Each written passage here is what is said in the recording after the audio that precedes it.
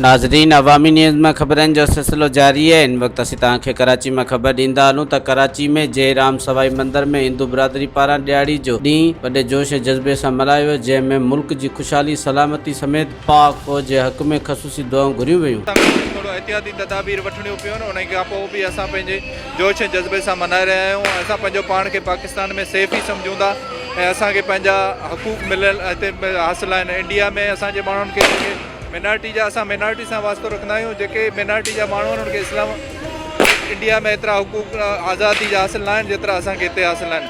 असां पंहिंजे ॾींहुं पंहिंजे ॿारनि बच्चनि सां गॾु SOPs खे फॉलो कंदे मल्हाए रहिया आहियूं। ॾाढी ख़ुशी जो ॾींहुं आहे, ॾाढो दीवाली वॾो ॾिणु आहे। मालिक जी यादि कयूं था, मालिक जी अरदास कई आहे त जल्दी कोरोना वायरस ख़तमु हो जाए, जीअं असांजे मार्क्स लही वञे ऐं उहे ई शयूं जारी थियनि जीअं पहिरियों हुयो। एंटरटेनमेंट हर शइ खुलणु चाहिए। अॼोके तयारी में असां मालिक खे यादि कयो आहे, घर में ख़ुशियूं कयूं आहिनि, घर में आरतियूं कयूं, पूजायूं कयूं, फटाका ॿारिया, मिठाइयूं खाधियूं, मिटनि माइटनि खे ॾिनियूं, पंहिंजे फैमिली मेंबर्स खे ॾिनियूं एंड सभिनी खे दोस्तनि खे बि ॾिनियूं। मतिलबु महालक्ष्मी पूजा कंदा आहियूं। साईं रामचंद्र वापसि आया वनवास करे, असां इन जे करे दिवाली मल्हाईंदा आहियूं त सभु ख़ुशियूं खणी अचनि, असांजे घर में महालक्ष्मी माता जो वासो थिए।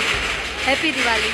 हम लोग पटाखे जलाएंगे, रंगोली बनाएंगे, लक्ष्मी माँ गणेश जी की और सरस्वती माता की पूजा करेंगे और मिठाइयाँ बांटते हैं। बहुत सारा खुशियों से ये त्यौहार हम मनाए जाते हैं। मज़ीद खबरों और तफसीलात के लिए विजिट करें हमारी वेबसाइट www.awamiNewsHD.com।